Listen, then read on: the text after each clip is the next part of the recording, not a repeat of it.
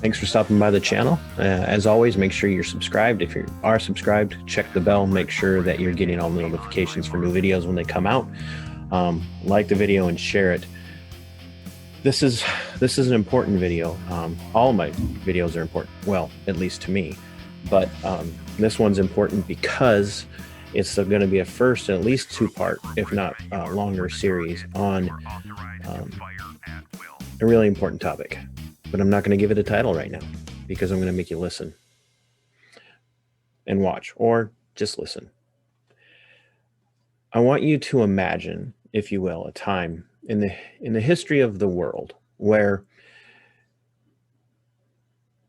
merely being accused of not being a loyalist to a particular position or a particular way of thinking could result in you being executed for your divergent or dissident views. And I know the first thing that you're going to say is, okay, TC, you're way overreacting. That's not happening in the United States. And it's never happened in the United States.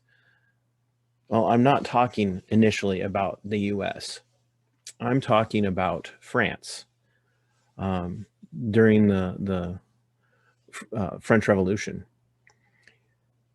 We talk a lot about the French Revolution and how it followed on the heels of the American Revolution and how it was the spread of democracy, the spread of the desire to be free from tyrannical rule that drove the French people into the populist uprising that was the French Revolution. And there are times where we look at Marie Antoinette and we look at King Louis and the 16th and we say, well, you know, they kind of had it coming. They didn't know how to treat the people. They were horrible about running the country. And you kind of get what you get during a revolution like that. Well, the problem is the French Revolution was, to a degree, a product of the Enlightenment and the Age of Reason, to a degree, all right? Much in the same way that the American Revolution was. The difference between the American Revolution and the War for Independence that the American colonies fought against the Empire of Great Britain and what happened in France during their revolution was that the American Revolution was driven not just by intellect and enlightenment and the Age of Reason, but also by Christian fundamental thought and philosophy. Had the American Revolution not been rooted in Christian thought and Christian philosophy, it would have been a far different fight. Very, very different. If you remember, anything at all about history, at the beginning of the Revolutionary War, at the beginning of the fight for independence in the colonies, in what is now the continental United States, within those 13 original colonies, those 13 original states, there were only about 3% of people who were in support of separating for independence from the English Empire, from King George. And those 3% were hunted, massively hunted, mercilessly hunted down by the Brits and by British loyalists, people frequently referred to as Tories. They were not popular, but they did not respond by attacking and killing their opponents. They sought to win the hearts and minds of their fellow colonists, even the loyalists, to their cause by conversation, by writing, by engaging intellectually and philosophically. And that stemmed from the teachings of their pastors and the teachings of their theologians of the day. What happened in France was devoid of Christianity. The ruling religious class in France was admittedly Roman Catholic. There were others in the area that were not strictly or exclusively Roman Catholic. There were many who were would have been the descendants of the Huguenots. They were Protestant, Reformed, leaning Baptistic types. There were other people who were that came out of the Reformation that weren't strictly Baptistic. But by and large, the ruling class of religion in France was the Roman Catholic Church. And the driving force behind the French Revolution was a man, to some degree, named Robespierre. And Robespierre was not Christian. He was an atheist. And he clung to many of the teachings of the Age of Reason, of atheist philosophers of the time, and was driven to eradicate not just the ruling power of the monarchy, but he was actually driven to eradicate Christianity. And so that mentality, the drive for revolution, the drive for the independence of the peasant classes and of the serf classes and the poor in France was fueled by atheistic teaching. Now, this is not to pick on atheists, okay? This is not me committing the part to the whole logical fallacy where I say every atheist is going to be like this. Everybody knows that's not true. But what we have to do is we have to understand the difference between what happened in the United States, in the colonies, and what happened in France. And some of the underlying problems were that men like Robespierre drove into the people that they didn't need God, and that they had a natural right, humanistic right to freedom, and that anybody who stood in their way was an enemy.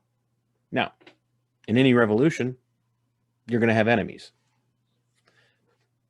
However, one of the ways that they won control was through fear. And so if you were heard to stand up at that time against some of the tactics of the people who were driving the revolution, you were immediately labeled an enemy. And all that anybody had to do was make an accusation against you during the French Revolution. And not only were the government forces of the king guilty of this, but the revolutionary forces were guilty of this as well. And so kind of what we see in the French Revolution, the precursors of the massive Marxist communist revolutions that were happening, that would later come and start to take over Eastern Europe and Asia and Northern Europe. And well, honestly, what we're starting to see now is that Western Europe is falling to Marxism. But the tactics of accuse without evidence, imprison, try, and execute. And that was the French Revolution. That was absolutely what happened during the French Revolution. It's indisputable. So much so that they had to come up with a more efficient way of beheading people during the French Revolution, and that was the guillotine. It was supposed to be painless and more efficient. And now there we are, right? How did the American Continental Army and the American Continental Loyalists interact with each other? And how did the patriotic rebels of the time in the American colonies, how did they respond when they captured British soldiers or British loyalists? They didn't just outright execute them, and they weren't allowed to mistreat them. That's that fundamental idea that they're deserving of dignity and honor and worth. And that was missing during the French Revolution. So now you're saying to yourself, okay, TC, what's that got to do with now? Well, we're not ready to quite yet to come to the United States contemporary culture, okay? We're going to fast forward into the history of the United States, well past the 1800s into the early 1900s, the 20s and the 30s. And in the 20s and 30s, well, 1938, roughly, the United States legislature, the Congress, the House of Representatives and the Senate were vying for protection from the infiltration of Marxists, communists into the United States. Marxism, communism was seen by many, and rightly so for the most part, that as a great threat to the American way of life. So in 1938, the House of Representatives formed the House Un-American Activities Committee, and they were tasked with examining, investigating, and dealing with any activity that was considered subversive communist work in the United States. Well, who are some of the people that dealt with that?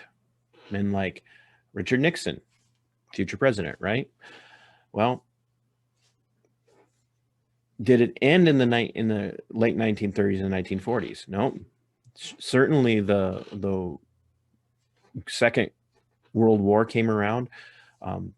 Things kind of got off of focus, and we were dealing with the rise of fascism in the world. And the United States went and fought against fascism and fought against the Holocaust, fought against the slaughter of millions of innocents who did nothing more than happen to be Jewish or happen to be the Romanovs or any other group of minority types that the Nazis and their allies absolutely despised. But after that war, after the Second World War, we launched into then a political Cold War with the Soviet Union and fought proxy wars against communism all over the world, starting in no better place than to look at than Korea, as the North Korean communist sought to take over the entire Korean peninsula. The United States intervened there. Well, shortly after that, we get to meet a individual who has become notorious and synonymous with unfair persecution and prosecution of people for nothing more than maybe having a dissident political view. And that man is Joseph McCarthy, former senator,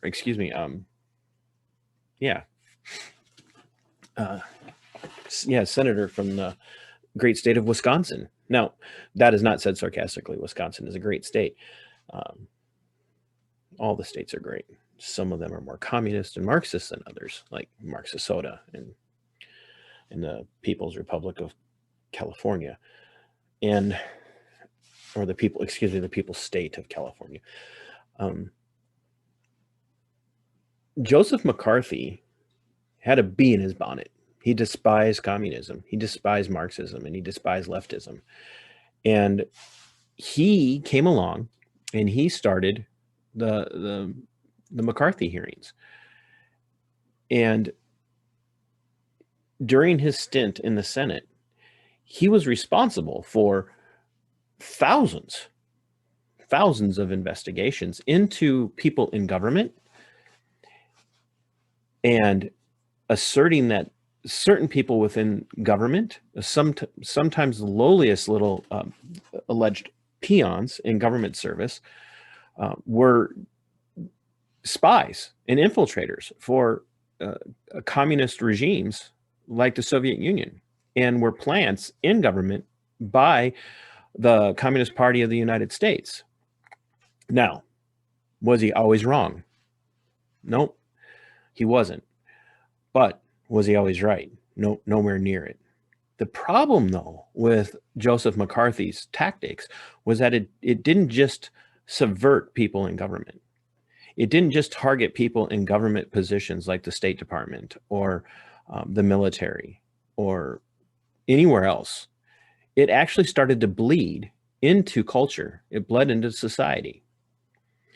And pretty soon,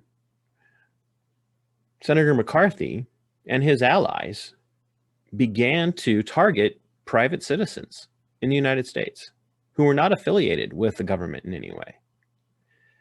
So much so that even mentioning their name during a hearing would lead to them being blacklisted. And no place did this happen more than Hollywood. Well, wait a minute, right? Why would Hollywood blacklist people who are accused of being Marxist?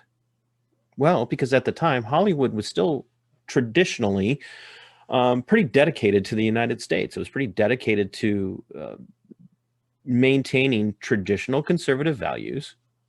And there again, at this point, we're not going to start to talk about civil rights movement. We're not going to talk about the way that minorities were treated at that time. Definitely massive problems there, massive problems.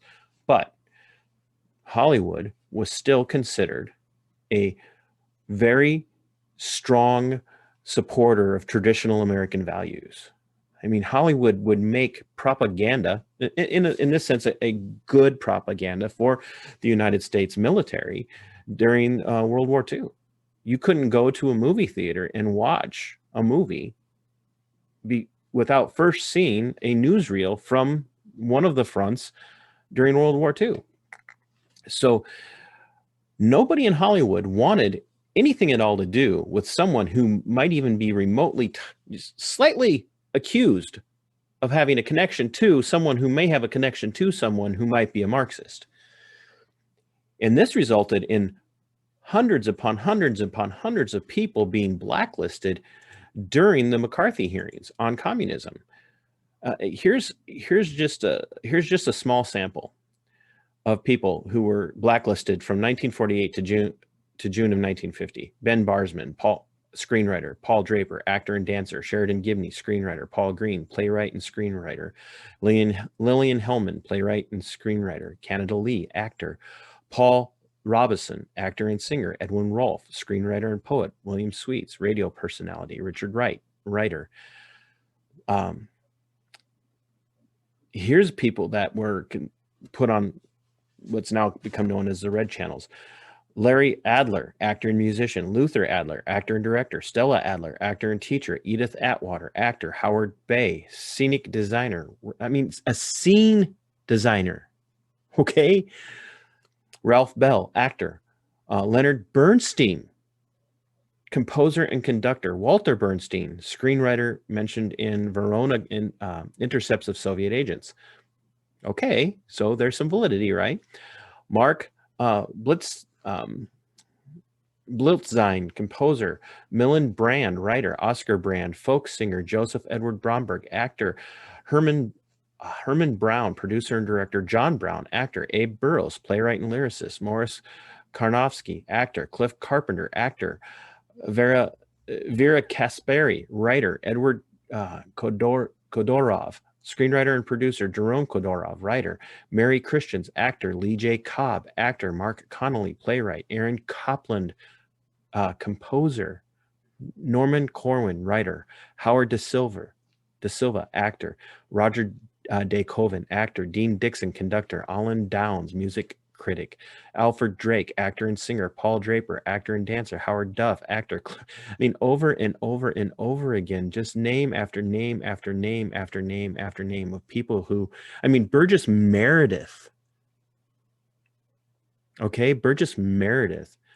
And most of you, even if you're not familiar with who he is, was you're going to be familiar with his work. At some point, you've seen him in some movie, even if it was with your grandparents. How about these are people that were blacklisted after June? Eddie Albert, Harry Belafonte, let's see. Let's find another one here.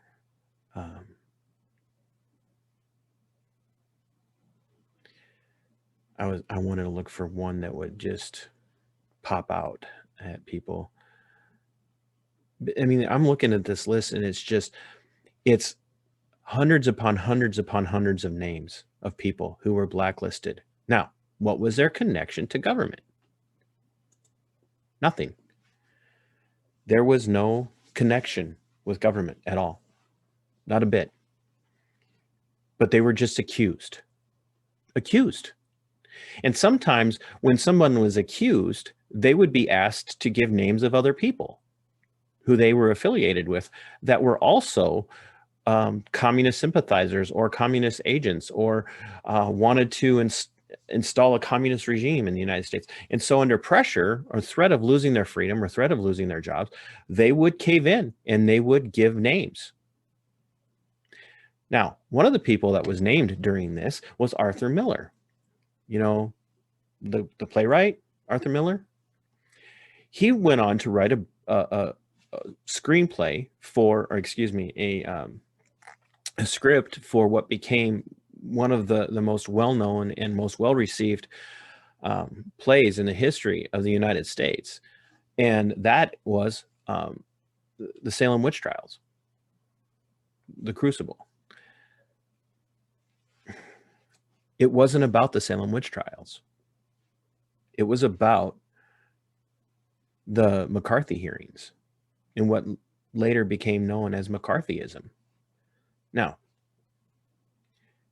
when you name someone like Arthur Miller or someone like Orson Welles and you get them blacklisted, you're going to experience some pushback, and rightly so.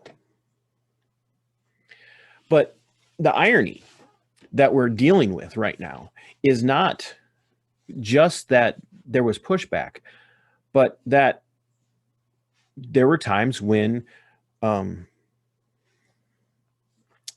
McCarthy and his supporters were proven right. There were people who were truly traced to the Soviet Union, to other communist regimes, and found out to be spies. The Rosenthals, if I'm getting the name correct, were eventually tried and convicted for espionage for communist countries against the United States, and they were executed for this. But is that right? Now, treason, espionage should be criminal. Absolutely should be 100% criminal. There's no way around that.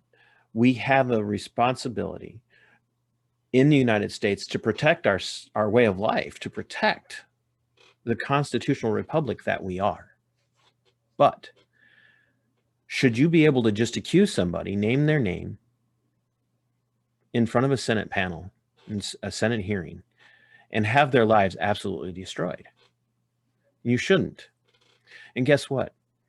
Even the political left, the more moderate and left-leaning politicians and Americans at the time were initially on board with the hearings. But when they started to see what was happening to private citizens, they started to push back.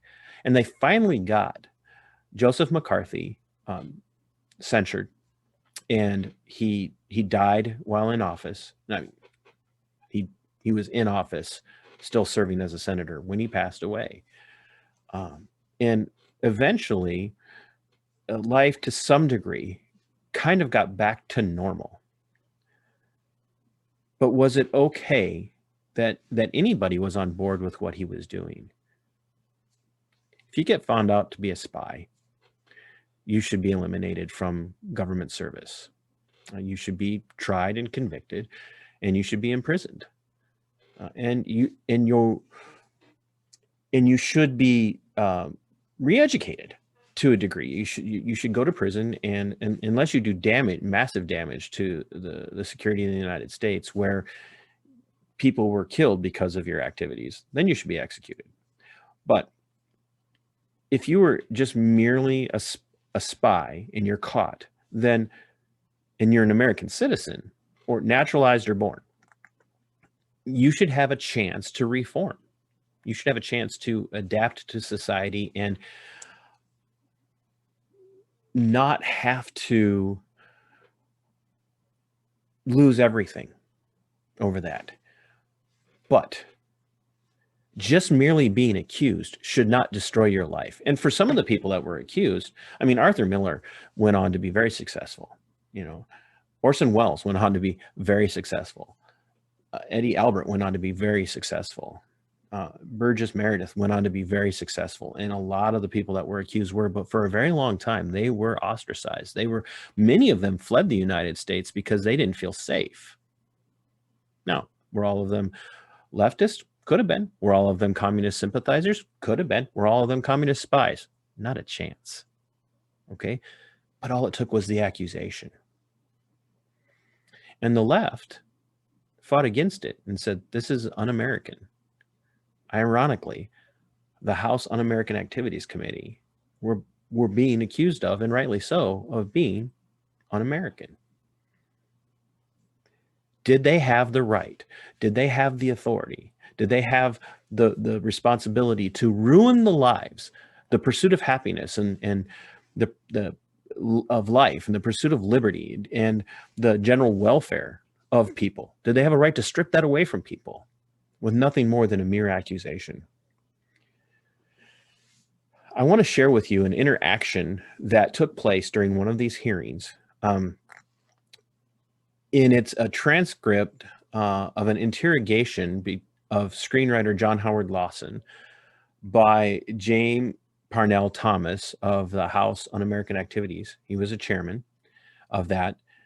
And I want you to listen to this. So remember, Thomas is the questioner and John Howard Lawson is the accused. And I will make sure you understand that. So here's a reading of a very short reading between Thomas on the committee and Lawson, the accused. Thomas, are you a member of the Communist Party or have you ever been a member of the Communist Party? Lawson, it's unfortunate and tragic that I have to teach this committee the basic principles of Americanism. Thomas, that's not the question. That's not the question. The question is, have you ever been a member of the Communist Party? Lawson, I am framing my answer in the only way in which any American citizen can frame his answer to Thomas. Then you deny it. Lawson, a question that absolutely invades his privacy. Thomas, then you deny. You refuse to answer the question. Is that correct? Lawson, I have told you that I will offer my beliefs, my affiliations, and everything else to the American public, and they will know where I stand as they do from what I have written. Thomas, stand away from the stand. Lawson, I have written for Americanism for many years. Thomas, stand away from the stand. Lawson, and I shall continue to fight for the Bill of Rights, which you are trying to destroy. Thomas, officer, take this man away from the stand. Do you see this?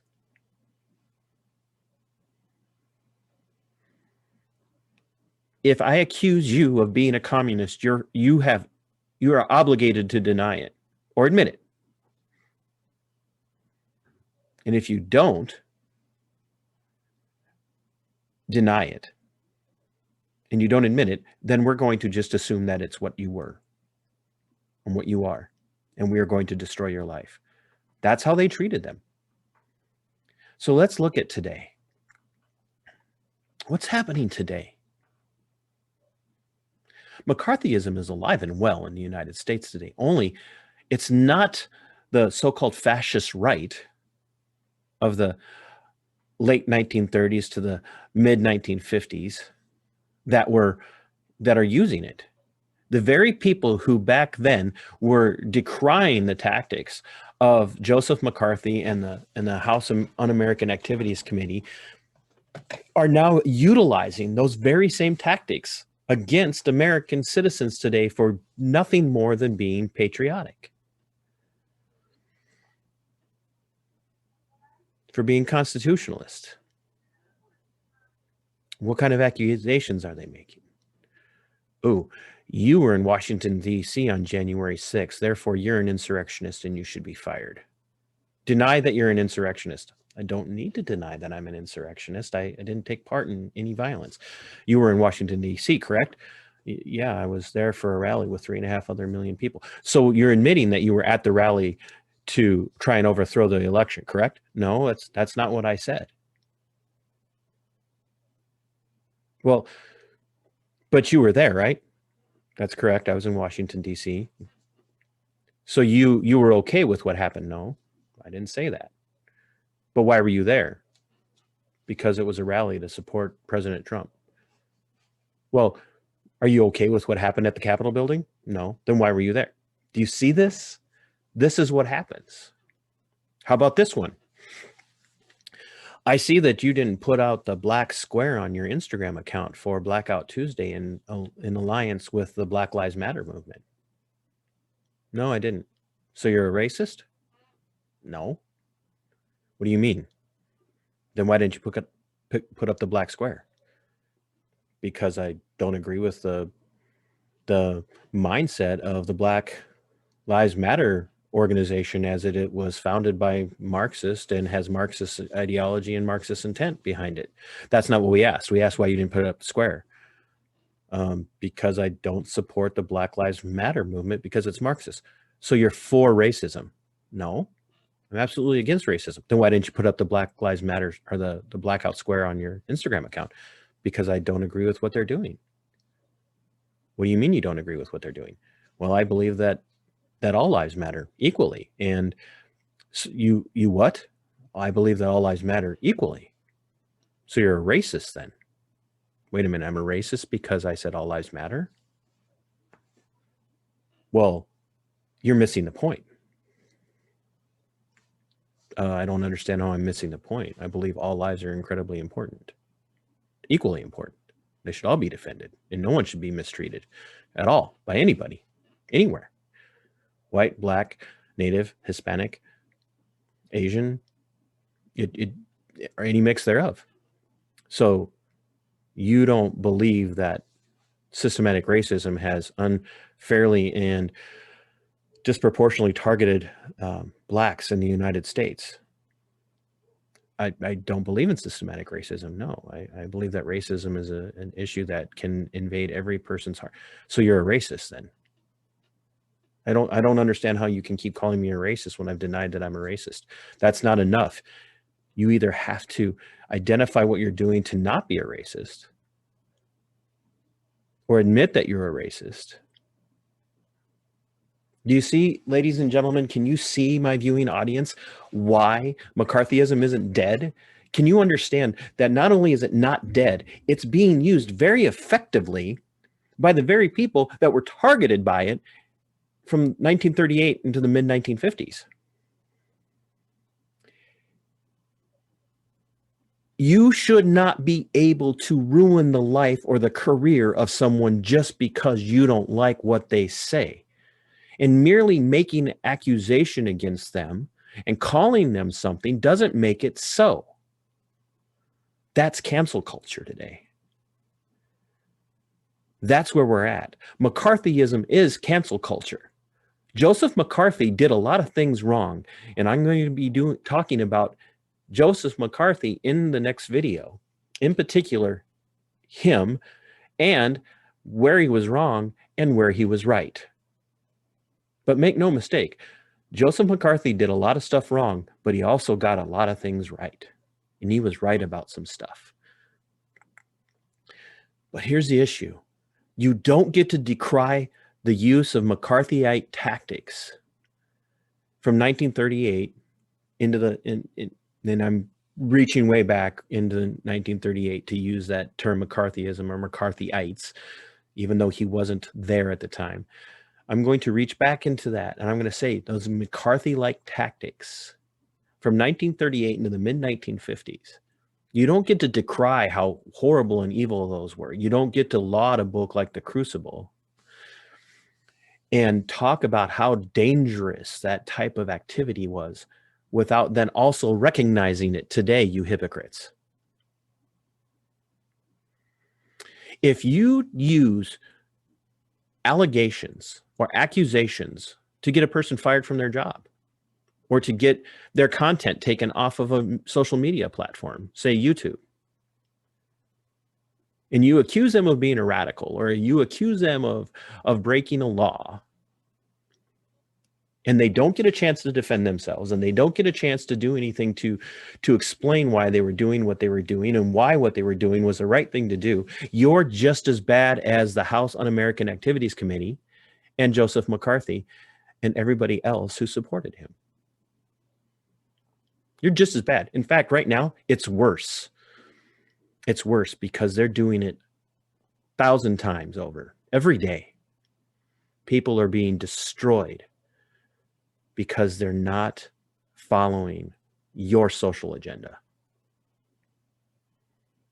And if you're a person who is caving into the pressure from the McCarthyism of the left today, the fascist tactics of antifascist,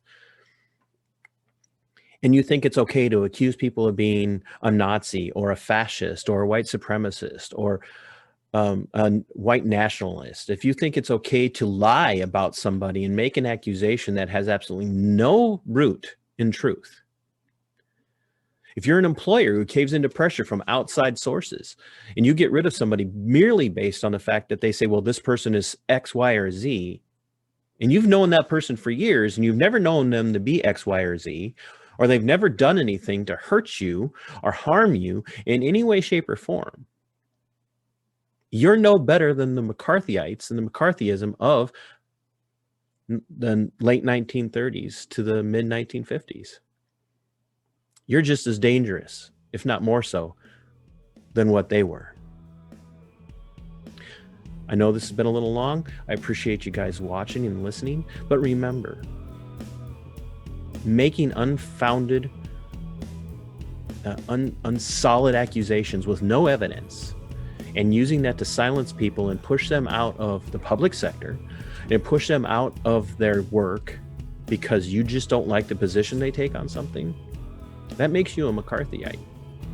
That makes you a practicer of McCarthyism. That makes you a fascist. When you have the power to silence someone and you use it by calling them names and making accusations,